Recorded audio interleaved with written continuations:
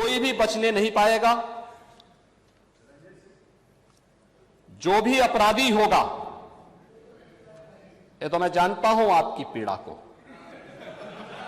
क्योंकि जब सरकार की कार्रवाई अपने अंतिम उस तक जाएगी तो आप में से बहुत सारे लोग फतिया पढ़ने के लिए जाएंगे वहां। तो आपको फतिया पढ़ने के लायक भी हम नहीं छोड़ेंगे, तब तक ऐसी कार्रवाई हम कर देंगे। कफ सिरप कांड में जुबानी जंग तेज है, लेकिन बड़ा सवाल यह है कि सरगना शुभम जायसवाल कब जांच के कटघरे में लाया जाएगा, कब उसकी गिरफ्तारी होगी।